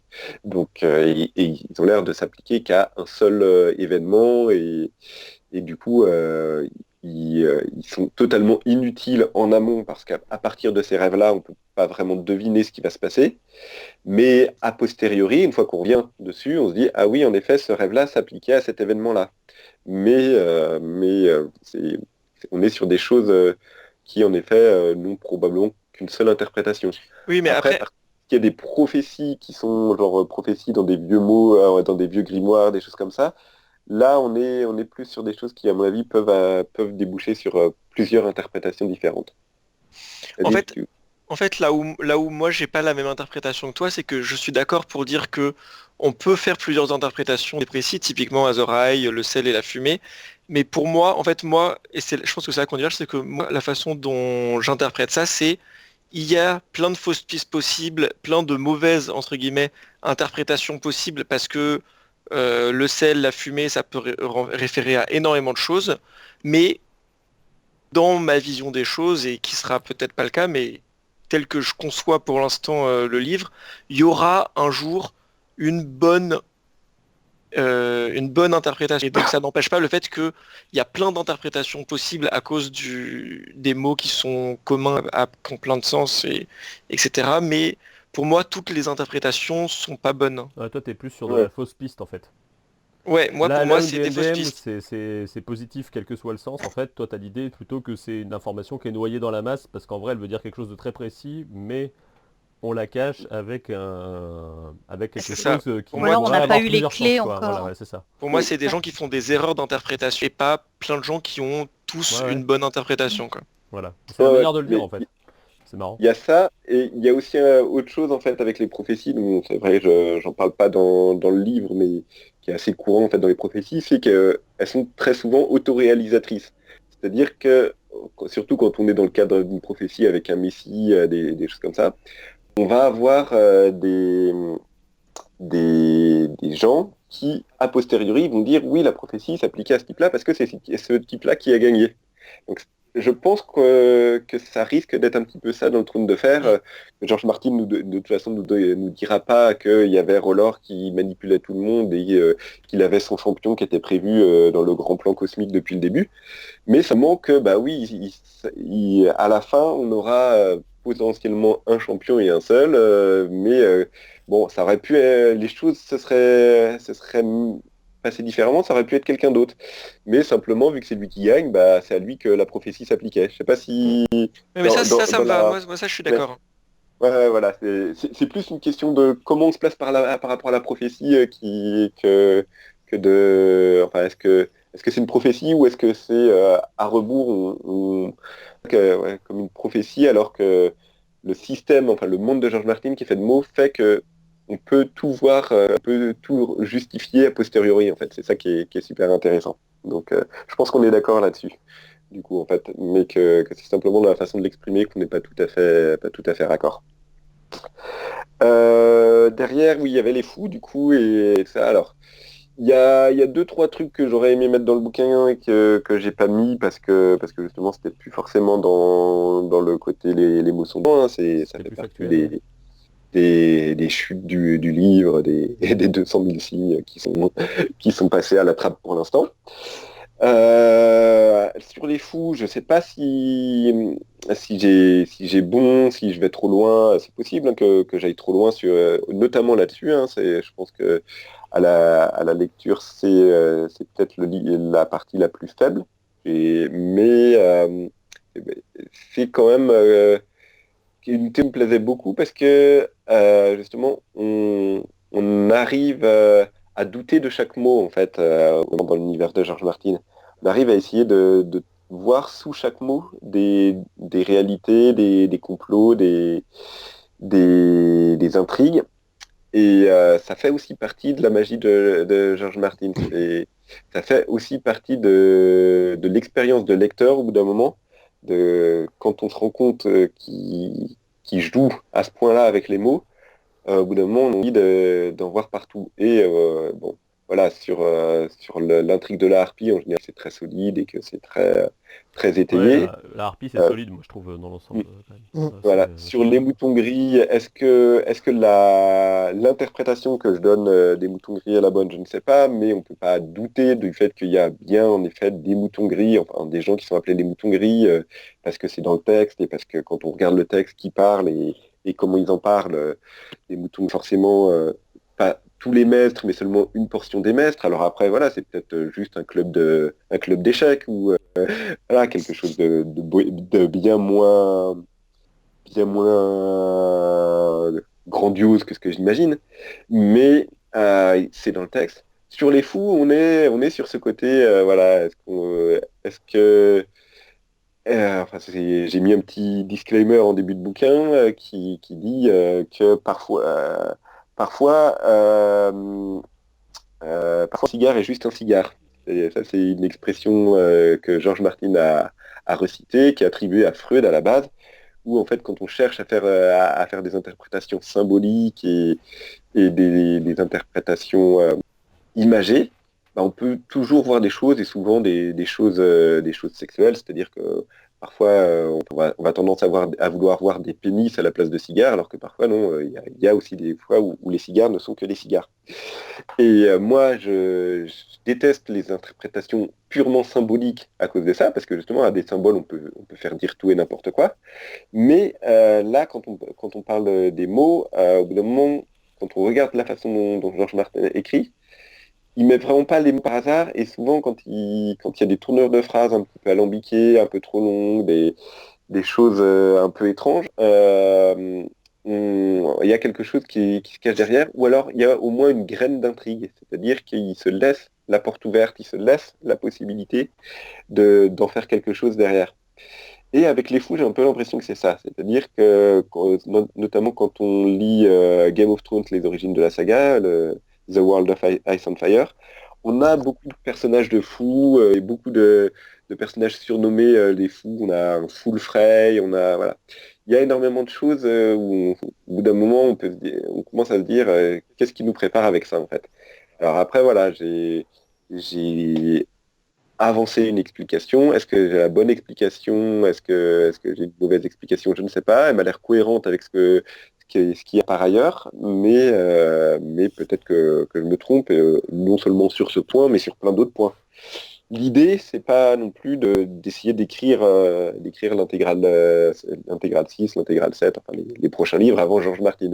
C'est plus de donner un peu du grain à moudre et matière à réflexion en attendant que ces livres sortent et de voir du coup derrière ce que George Martin nous prépare. Dans les réactions hyper positives, je te dirais qu'il y a des trucs que tu as mis dedans. Alors moi j'étais peut-être passé complètement à côté parce que je suis pas un forummer assidu. Des fois quand je vois des trucs, je me dis oh non, ça va encore parler de ce personnage. J'en ai marre de lire les mêmes choses dessus, donc je regarde. Et non mais c'est vrai, hein. Et du coup j'ai peut-être raté ça, mais moi il y a le truc des lettres de Cotter Pike qui m'ont Ah vraiment oui, ça. Ouais, moi aussi. beaucoup botté parce qu'en fait on est 8 ans après Dance with Dragons déjà, et en même temps c'est long. Euh, et du coup il y a en fait j'ai eu l'impression d'un coup de voir la tourte au frais, tu vois. Genre tu me redonnes un truc, je n'y avais pas goûté depuis très longtemps. Et waouh, trop cool. Ah, ça c'est bien, ça me donne envie de. Enfin, je sais pas, il y a eu un espèce d'effet. J'étais trop content. J'avais l'impression de redécouvrir quelque chose dans un machin que j'avais déjà, où ça devenait presque rébarbatif de parler toujours des mêmes choses, tu vois. Et du coup, c'était un vrai petit bonheur par moment le livre, parce qu'il y a des choses que je savais plus ou moins, il y en a d'autres non, il y a des trucs où je t'ai pas suivi, mais sur des petits points comme celui-là, comme les lettres de Cotterpike ou les membres de la Roussel, ça m'a quand même beaucoup amusé aussi. Et bah du coup, ça m'a fait l'effet, ouais, j'ai redécouvert le livre et j'ai eu la petite hype. En plus, je crois que l'intrigue de Davos dans Den, ça c'est mon truc préféré, donc du coup, j'étais trop content qu'en fait, entre les lignes, il y a la suite, quoi. Et du coup, ça m'a bien plu. Ouais, moi, ça m'a fait Ouais, ça un peu aussi sur la harpie. Parce que la harpie, faut quand même dire que moi, les chapitres de Daenerys dans Amérin, vraiment, ils me saoulent. Oui, pareil. Parce que j'en C'est peux plus compliqué. de ces Méréniens, quoi. Les noms, enfin, Les noms. il faut lire 5 fois le chapitre pour savoir de qui on parle. Enfin, bref, moi, ces Je chapitres-là, suis assez d'accord, hein, j'ai un peu cette impression-là aussi. Ouais. et Mais- du coup, là, tu vois, tu fais une explication de texte sans que j'ai besoin d'aller me taper le 5 fois le chapitre pour me rappeler qui est qui. Et du coup, j'étais sacrément contente, parce que ça, c'est quand même... Alors, je te suis pas totalement sur tout, mais sur la structure globale, je pense qu'il tu soulèves des points qui sont hyper pertinents, quoi. Ouais. Et ça fait plaisir. Et en plus, ça fait plaisir sur une intrigue sur laquelle, clairement, je suis passée complètement à côté parce que l'intrigue, juste, elle Bah, me saoulait, quoi. ouais, moi j'avoue, je suis un peu dans le même cas que Nympha, hein. Ça m'a fait le même effet. C'était vraiment pas l'intrigue qui m'intéressait le plus, et du coup, il y a un truc, ah cool, cette intrigue-là, quand je la relirai, si je la relis, je la verrai différemment. Après, j'irai pas forcément me la retaper parce qu'elle est très conséquente, mais enfin, le nombre de chapitres à relire est quand même assez conséquent. Mais du coup, ouais, tu m'as intéressé enfin, à un truc qui était pas. Où ça partait pas pas tant que gagnant, ça. quoi, clairement, ouais. Ça fait un petit bouquin à relire, mais c'est pas si énorme que ça, je trouve, cette Oui, intrigue, mais et j'ai plein d'autres choses à elle est lire. très cohérente. En fait, ouais, je les aime beaucoup ces deux-là parce que à la fois les lettres de Cotterpike et la quête de Larry, à la fois pour deux raisons complètement différentes. À la fois parce que c'est très lié à l'histoire du forum aussi, à l'histoire de ma présence sur la garde de nuit, les deux, et parce que justement derrière, les deux montrent à quel point George Martin est un super écrivain, hyper précis, et qui ne se moque vraiment pas de ses lecteurs. Alors d'abord sur le pont avec le forum, si je me suis intéressé à l'intrigue de la harpie, c'est parce que j'ai été la première harpie dans un jeu qui s'appelle Dans l'ombre de la harpie, qui était l'espèce de loup-garou qu'on avait fait juste un été comme ça, histoire de se marrer sur le forum. Et du coup, après, je me suis dit, bon, voilà, j'ai été la harpie dans cette espèce de jeu de rôle virtuel auquel on a joué. Je vais essayer de relire les chapitres pour m'intéresser un peu à ça. C'est là où Et tu vois la différence. Tu vois. Moi, j'étais ton lieutenant, mais alors jamais je me suis retapé les chapitres de Daenerys, hein. bah, Moi voilà. j'étais conseillé, j'ai rien relu non plus, hein. Mais a déjà lu la saga, Jean. Il paraît. Donc voilà. Pareil, les lettres de Cotterpike, je m'y suis intéressé en fait à la base parce que je me suis intéressé beaucoup aux lettres. C'était dans le même temps, c'était pendant qu'on jouait à dos pour le coup. Et j'ai commencé à vouloir mettre des choses juste pour détourner l'attention en fait, pour qu'on croie que j'avais du temps à perdre et que j'étais pas super occupé à essayer de faire des plans de grands méchants, de grandes méchantes harpies. Donc, je mettais des pavés de texte sur le forum juste pour que les cons ah bah non, lui, puis, vu tout ce qu'il fait là, il s'ennuie, et donc c'est pas lui la harpie quoi. Et en fait, c'est en pleine nuit, j'ai trouvé des trucs sur, sur les lettres à 3 heures du mat, quoi. Et je me revois encore là-dedans et donc ça me fait ça me fait beaucoup marrer. Après, les lettres de Cotterpike, c'est aussi très dépendant justement du moment où j'ai compris à quel point George Martin il jouait avec les mots. C'est-à-dire que ça a commencé avec La Princesse et la Reine, donc, qui sont les chapitres sur la danse des dragons dans Feu et Sang, grosso modo, où là j'ai commencé à me dire, mais c'est super bizarre ce texte. George Martin, c'est un super écrivain au sens, il sait écrire de façon palpitante, et là il nous fait un texte extrêmement étrange qui casse complètement les codes de la narration moderne. Ce texte, il n'aurait jamais été publié si George Martin était un écrivain débutant, et donc là, il fait quelque chose de très bizarre Et du coup, j'ai commencé à essayer de décortiquer ce texte, qui est en fait un manuscrit dans l'œuvre de George Martin, pour essayer d'y trouver des sens cachés. Puis ensuite, je me suis dit, mais ça se trouve, il y a aussi des sens cachés dans les manuscrits qu'il y a dans le Trône de Fer.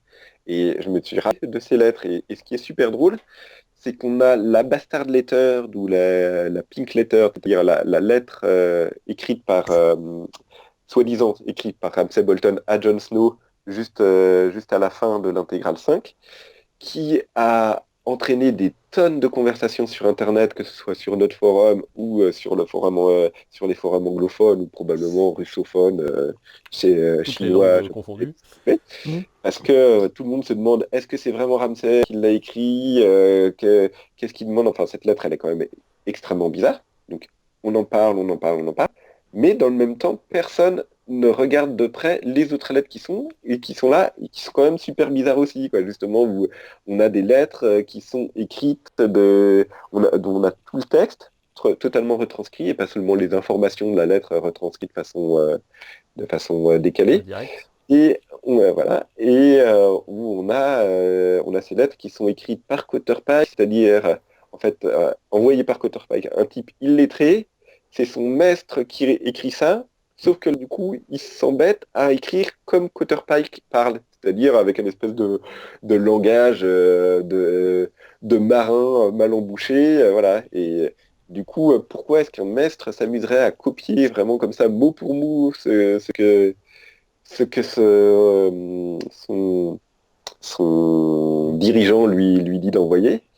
Quand on relit du coup entre les lignes et qu'on voit les mots que ce maître utilise, bah oui, on se rend compte qu'il y a en fait un premier message pour Jon Snow, mais que derrière, il y a très très probablement d'autres messages pour d'autres personnes qui en effet ne racontent pas du tout l'expédition de la garde de nuit vers Durlieu, mais l'expédition secrète de Davos pour aller récupérer Rickon Stark à Skagos.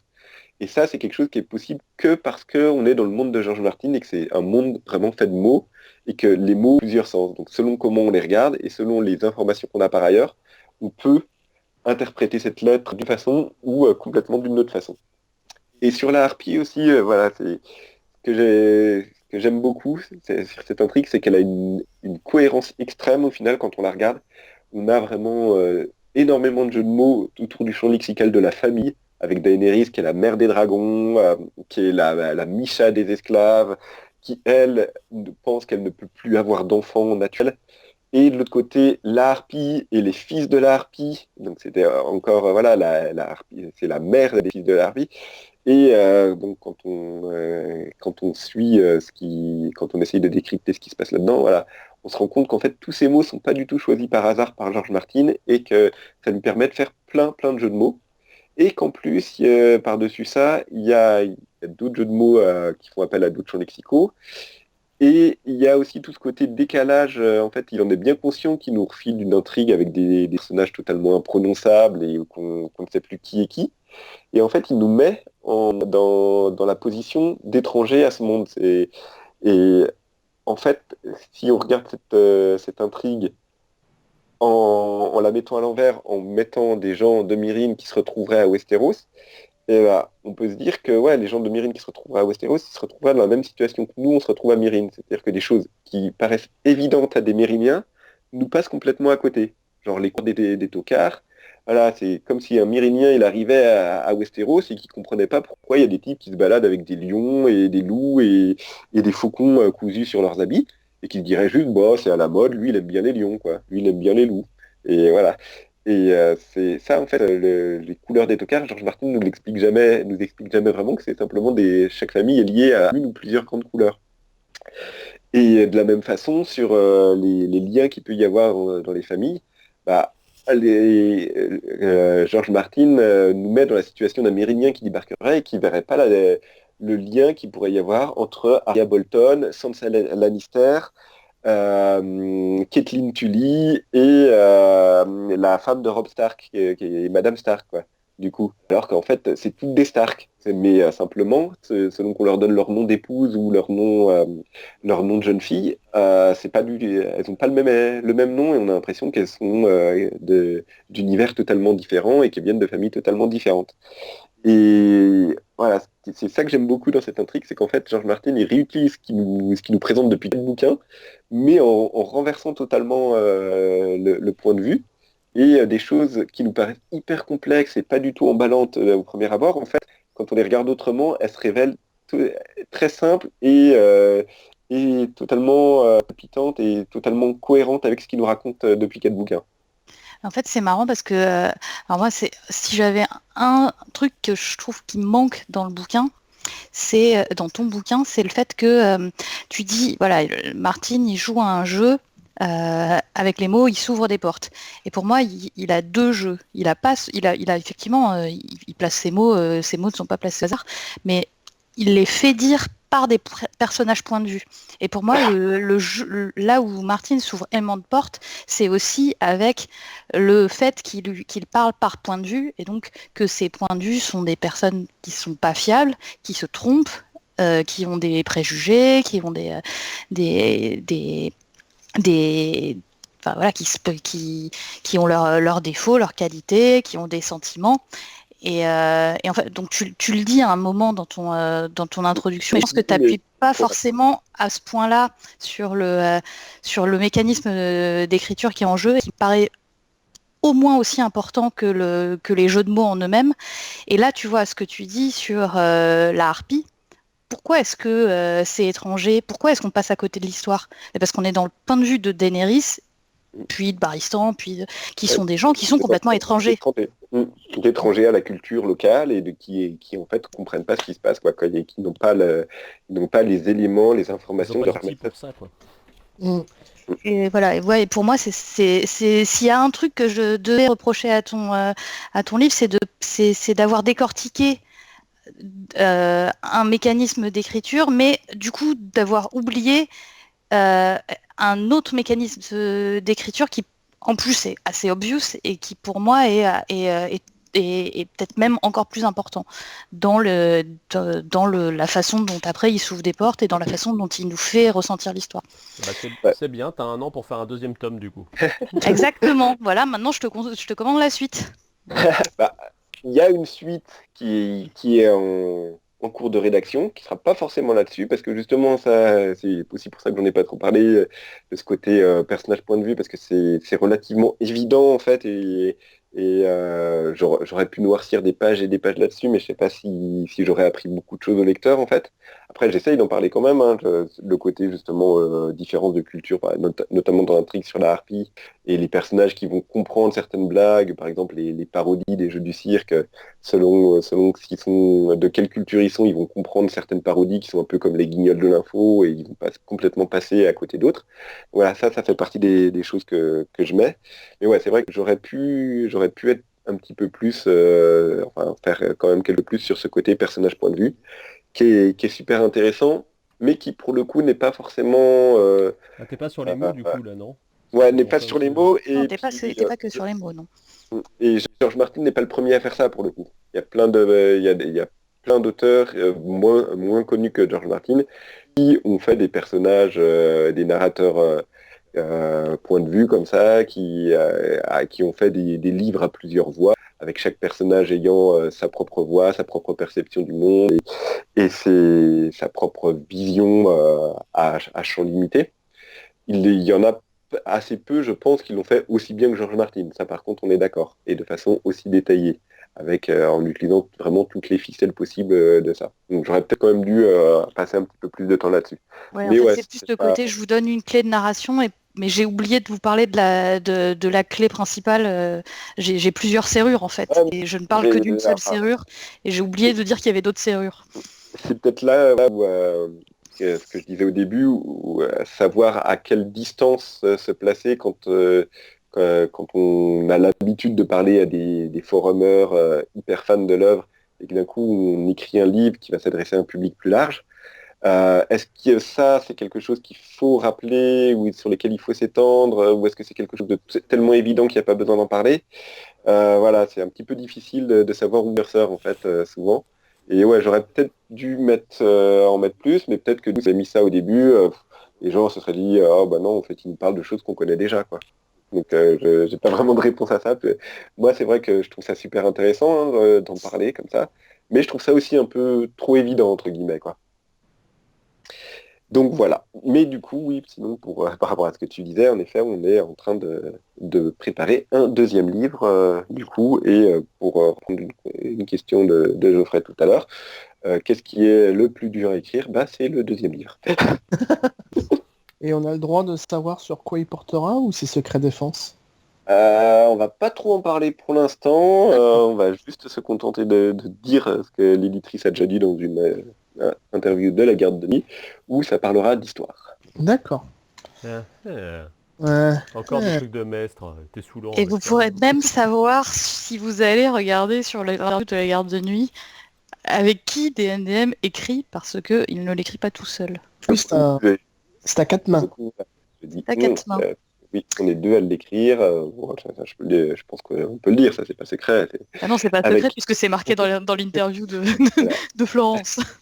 Avec du coup Aurélie, donc Aurélie Pachi, qui est connue sur le forum sous le nom de Babar des Bois, et qui est donc bientôt doctorante en histoire, et qui du coup, voilà, ça oriente déjà un petit peu. Elle est doctorante, elle est bientôt Bientôt docteur en docteur. histoire et elle Oui, est agrégée d'histoire oui, aussi. oui, oui, excusez-moi.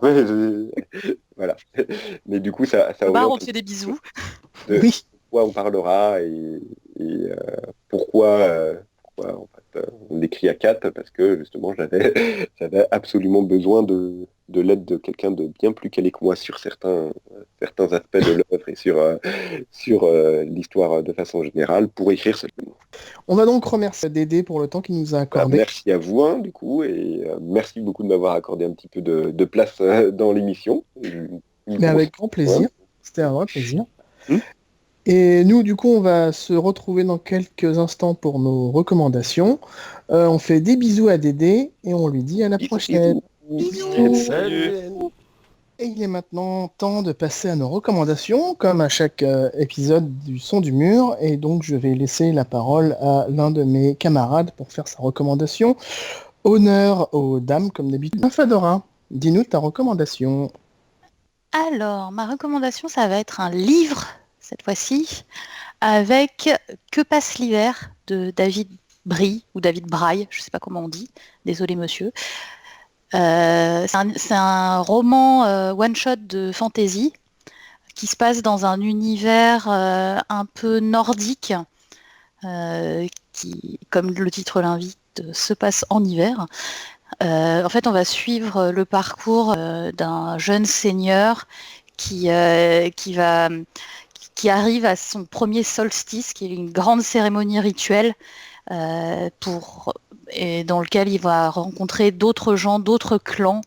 Et en fait, petit à petit, on se rend compte qu'il se passe des trucs pas très très nets pendant ce solstice.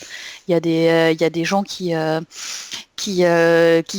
fomentent des trucs un peu pas cool dans un coin. Et donc, à la fois tout un mystère à découvrir, tout en étant dans une atmosphère hyper poétique. En fait, j'ai vraiment été super charmée par l'atmosphère du livre.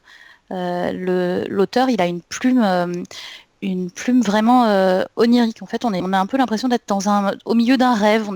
C'est cotonneux, c'est à la fois doux et quand même dur. Vraiment, c'est une atmosphère qui est fascinante, qui est prenante, et je recommande très très, très chaudement le roman parce que vraiment l'écriture, enfin c'est pas forcément hyper novateur en termes de scénario, en termes de personnages, mais c'est super bien écrit et le monde est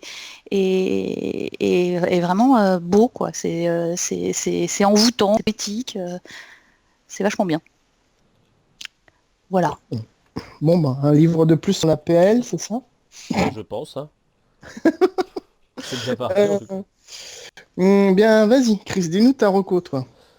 Alors, moi, j'ai fait ma dose de jeux vidéo annuel, c'est-à-dire que Ah. j'ai joué pendant 2 mois et j'ai joué à mes 2 jeux de l'année, donc du coup maintenant je ne jouerai plus jusqu'à l'année prochaine probablement. Donc en gros j'ai joué à deux choses, une chose qui m'a plu, que je vais pas trop détailler, mais du coup c'était le dernier Assassin's Creed. Ah, t'as pas... Non, non, parce que Ça m'a rappelé la saison 8 de God, si tu veux. C'est très joli, mais finalement, qu'est-ce que ça apporte? Pas grand-chose. Du coup, je me suis... Comment tu viens de spoiler le futur podcast sur... je viens de troller, surtout, je vais même prendre des commentaires, ça va être méchant. Non, en vrai, non, j'ai trouvé que le jeu était joli. C'est sympa d'avoir un open world. Maintenant, à un moment, il faut que les mecs ils arrivent à se situer. Est-ce qu'on fait du mythologique? Est-ce qu'on se tôt? Parce que on te vend un truc historique et au final, il y a des minotaures qui se baladent dedans. Donc t'es là, ouais, non, ok, vous avez vraiment le cul entre deux Puis chaises. l'écriture, quoi. Et l'écriture est de banalité, mais Ah ils te putain, vendent ça pardon. en gros le successeur de The Witcher, donc un truc à choix, quoi, un peu. Et t'y es pas du tout, quoi. T'es juste dans un espèce de machin. Ah bah on va remplir avec des quêtes secondaires et des passages obligés pour que du coup... Ou même des quêtes secondaires dont t'as rien à foutre, parce que finalement la psychologie du personnage, t'es en train de la développer d'une autre façon parce que tu fais d'autres choix. Et Oui. du coup, bah c'est pas intéressant, quoi. J'ai en fait mis une des 3 intrigues principales et les autres ne m'intéressent absolument pas, quoi. Donc bon, voilà. Donc ça, j'y ai quand même passé 4 heures facilement, hein, 90 peut-être même. Donc c'est quand même beaucoup, pour moi qui ne joue pas beaucoup. Et du coup, dans la foulée, j'ai joué à un truc qui était mieux, que j'ai trouvé plus intéressant, qui était A Plague Tale Innocence, Ah oui. qui est un jeu développé par une boîte française qui, pour le coup, sait qu'elle a une histoire à raconter, a des choses à dire dans ce format-là, et ça dure 10 heures. Donc, c'est très bien. On n'a pas besoin de rajouter 25 000 trucs pour rajouter la durée de vie du jeu. On a juste la durée normale. Et bon, alors du coup, c'est très téléguidé. On est à la limite de la cinématique jouable. C'est un jeu qui du coup se passe pendant la peste noire dans le sud de la France, donc c'est rigolo parce que enfin, ils n'ont pas les accents, c'est presque ça quoi. Et du coup on suit une jeune fille, Amicia, de 11 ans, et son petit frère qui n'est jamais sorti de sa chambre, qui vont, pour des raisons de maladie, parce qu'il a une maladie un peu particulière, qui vont se retrouver tout seul, largués en pleine nature, après que la maison seigneuriale se soit fait attaquer, qui sont poursuivis par l'Inquisition, qui vont vivre des trucs bizarres, mais qui finalement vont se faire une bande de potes qui sont tous plus ou moins des gamins. Et c'est assez drôle parce qu'en fait, tu te retrouves il y a deux choses. D'un côté, l'univers est très sombre et prend pas de gants. Genre moi, j'ai été traumatisé par une séquence de second chapitre où tu es obligé de buter un animal vivant pour t'en sortir et ça m'a fait mal au cœur, tu vois. Ah ouais, à ce point? Ah ouais, ouais, dans l'intrigue, en fait, ça m'a vraiment, mais tu vois, j'étais là, mais tu vois, genre après j'ai arrêté le jeu et j'ai dit non, c'est bon, c'est mort, tu vois. J'avais pas ressenti ça depuis The Witcher, tu vois, du coup. Hum. Le fait de me sentir sale, mais de penser, bon, du coup, t'es un peu forcé par le jeu à faire le choix, pour le coup, tu l'as pas, mais tu sors, tu te sens pas bien, quoi. Et ça, j'ai apprécié. Et à côté de ça, au bout d'un moment, il y a cette petite bande de gosses qui se retrouvent et il va vivre un peu sa vie, mais comme toi, t'aurais adoré vivre le Moyen-Âge de quand t'étais gosse, quoi. Donc à la fois avec quelque chose de très terrifiant, quelque chose de très enfantin, et des séquences assez poétiques aussi, parce que le petit frère n'a jamais vu le monde, donc du coup, il y a des moments où ton personnage se barre et dit «Ah, c'est quoi ça? Ah bah ça c'est une grenouille, machin, tout ça». Du coup, je sais pas, c'est hyper délicat en fait par moment. Et c'était cool, et ça dure pas longtemps, et c'est pas prise de tête. Alors après, l'IA, dans les parties infiltration, elle est létale. Bah, tu joues un gosse, du coup, dès que tu tombes sur un adulte et que tu as envie de te la mettre, bah tu meurs. Donc y a pas de système de vie ou de quoi que ce soit, quoi. C'est vraiment, tu te fais repérer, t'es mort, quoi. Hum. T'as pas 36 000 solutions. Et ce qu'on pourrait lui reprocher, du coup, c'est que du coup, tu gagnes des capacités, des compétences au fur et à mesure de l'histoire, qui ne vont servir finalement à chaque fois que dans le chapitre où elles sont développées. Hum. Parce que l'histoire évolue en fait et les personnages aussi.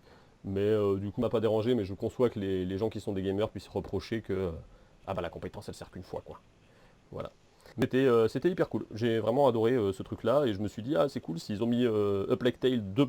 Innocence, ça veut peut-être dire qu'il y aura d'autres jeux de ce type développés dans cet univers-là et ça me ferait vachement plaisir parce que le boulot sur l'ambiance il est trop cool, l'immersion j'ai trouvé ça vraiment chouette. Bon voilà, Et, après faut aimer la peste, le Moyen-Âge, caca et moi j'adore ça quoi. Du coup voilà. et la musique, elle est cool? Parce que j'ai entendu des bons Ouais, la échos. musique, elle est vraiment cool. Elle participe à tout le boulot d'ambiance. Tu vois, le jeu, il est pas fait point de vue graphisme. Tu vois, tu sors d'un Assassin's Creed Odyssey, t'es à milieu plus loin, quoi. Mais il y a Hum. quand même dans les ambiances, dans les limites de ce que c'est capable de fournir, en fait. T'es face à un truc qui est propre, qui est concret, qui est... on te vend pas plus que ce que t'as, et à la fois, c'est agréable parce que t'es jamais pris pour un con, quoi. D'accord. Voilà. Bon, bah, il était sur ma liste, et ben voilà, Bah il va voilà. continuer d'être sur ma liste, et puis il va bientôt passer en achat. Ouais, bah C'est en les plus, soldes de Steam en et plus, puis, donc bon, voilà. ouais, et puis même sans aller jusqu'au solde, du coup, pour le coup, c'est un jeu vidéo qui est produit, tu vois, c'est vraiment le Hum. produit d'une petite boîte française. Du coup, enfin, je trouve ça cool de soutenir ces projets. Ouais. Mm. Si tu le fais pas au moment où il y a des projets cool, tu te retrouves à plus jamais soutenir les petits projets qui font des choses bien. Les petits projets. Ouais, c'est ça. Pardon. Et ben sans transition, Jonjon du coup. Ouais, moi je vais vous parler d'un film, donc je voulais vous parler de Détective Pikachu, on m'a vétoisé, alors que Mais ce c'est pas ce vrai. film était génial, donc Il y a mais tout bon, ce que je tous les déteste gens, dedans, hein. Des peluches qui parlent et Ryan Reynolds. Du coup, voilà, c'est tout ce que j'aime. Moi, il y a Non, des alors que peluches qui c'est... parlent, donc de toute façon, moi j'adore. Moi, c'est pas moi qui ai vétorisé. Non. Alors que c'était vraiment génial comme film et que tous les gens qui disent que c'est nul, c'est des gens qui l'ont pas vu et qui disent ça juste parce qu'il y a Pokémon dans le titre. Et c'est pas grave, du coup je vais vous parler de Séduis-moi si tu peux, qui est un film sorti en film américain réalisé par Jonathan Levine avec Charlize Theron et Seth Rogen, je ne sais pas prononcer ce nom. Rogen. Seth Rogen, Voilà. qui est ce que Wikipédia appelle une comédie romantique et ce que moi j'appelle comédie féministe, qui est à peu près la majorité des choses que je recommande en général. Le synopsis est assez simple, oui, je sais pas. C'est l'histoire donc de Charlize Theron, qui est vice-présidente des États-Unis, enfin secrétaire d'État des États-Unis plutôt, et qui va se retrouver en campagne pour les prochaines élections. Et donc on suit sa campagne, sa vie politique, comment ça se passe. C'est assez intense. C'est la vie d'une femme politique, donc c'est évidemment, comme je le disais, une comédie féministe, donc c'est très axé sur toutes ces problématiques. Le fait que quand on est une femme, on a tout un tas d'autres problèmes qu'il faut régler en plus des problèmes généraux dans la politique. Donc je trouvais ça vraiment très intéressant. J'ai trouvé ça vraiment très drôle. J'ai eu un peu peur au début parce que Seth Rogen, il est pas toujours dans les films avec le meilleur goût. Donc au début, il y a quelques blagues un peu pipi caca bite. On se dit oh là là, qu'est-ce que j'ai été voir. Et en fait, ça passe très vite. C'est assez fin finalement. C'est toujours, je trouve, très bien vu. Ça tombe juste. C'est pas Parfois, on reproche au film, ah oui, ils ont mis une touche féministe parce que c'est la mode en ce moment, il faut être féministe.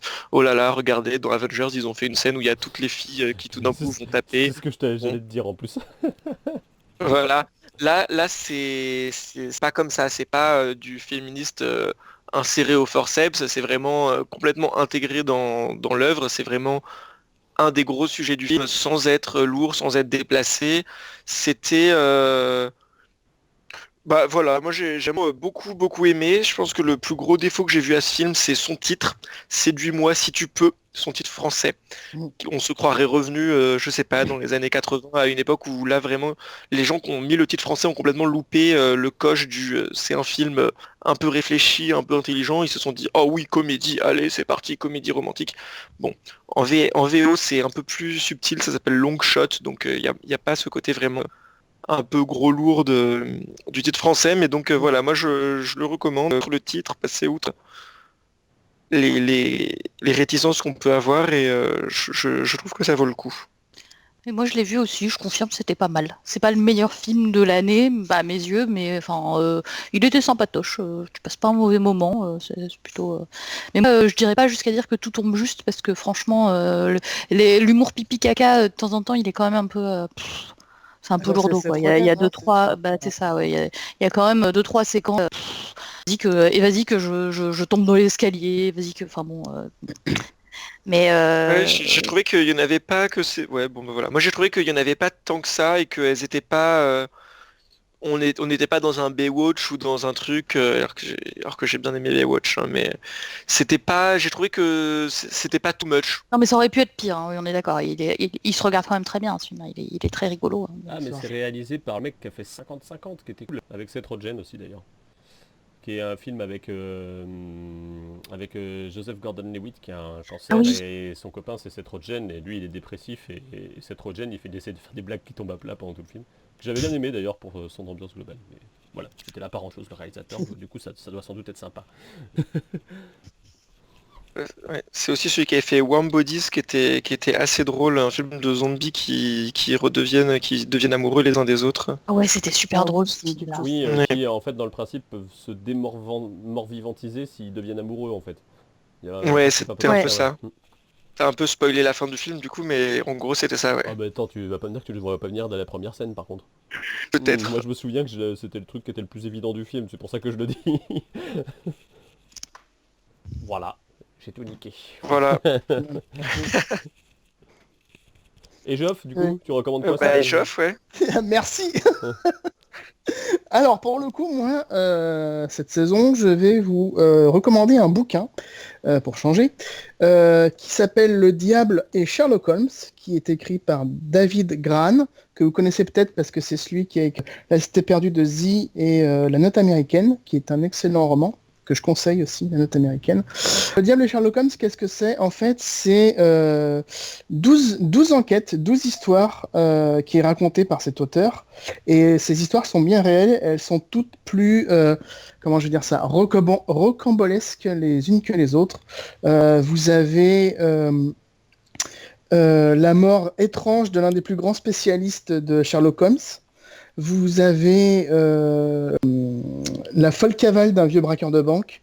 Vous avez l'histoire de la traque du plus grand imposteur du XXe siècle, qui a qui a fait une cavale et qui du coup a des multiples identités. Bref, c'est 12 enquêtes, c'est ultra intéressant à lire.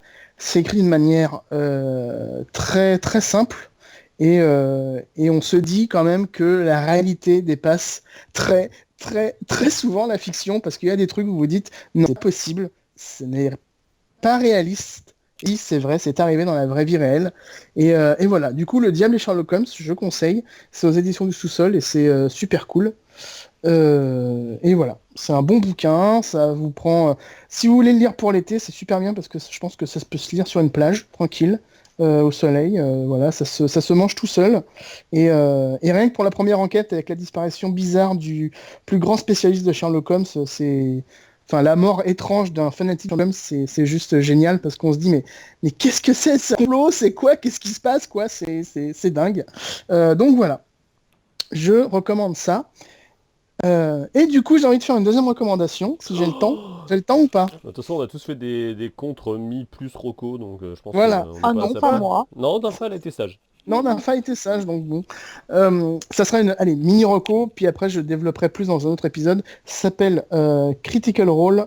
C'est un groupe de jeux de rôle américain qui fait des parties de jeux de rôle sur Internet, qui sont diffusées sur YouTube et sur leur site, Critical Role. Je n'en dis pas plus. C'est du Donjons et Dragons. Vous vous dites c'est tout naze. Non, allez voir. C'est génial. C'est fait par 8 personnes. Ce sont des acteurs, enfin ce sont des doubleurs de dessins animés, de films et autres. Et c'est génial. Voilà. Le maître de jeu est juste c'est l'un des meilleurs maîtres de jeu que j'ai jamais vu de ma vie. Il est juste hallucinant. Et voilà. Donc ça, c'est la reco express. Allez voir Critical Role. C'est génial. Par contre, le seul point un petit peu gênant, c'est que c'est en anglais. Donc voilà, il faut avoir quand même une bonne... savoir entendre l'anglais. Et de toute façon, il y a les sous-titres, au pire. Vous pouvez mettre en VO sous-titré. Voilà. C'est tout pour moi, cette saison. Voilà, j'ai fini.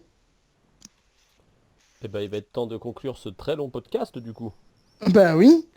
Donc voilà, on va conclure. J'espère que l'interview vous a plu, que ça vous a donné soit envie de venir échanger sur le forum avec nous sur les différentes théories de DD, soit de Soit vous acheter êtes à la sa recherche page. d'un refuge, et du coup, c'est bien aussi. Voilà. Et voilà, vous revoir bientôt. On vous fait des bisous et on vous dit à la saison suivante. Enfin, dans les... Et non, à très vite. pardon, je recommence. À bientôt, ouais. À très bientôt. Et on vous dit à très bientôt dans les prochains épisodes.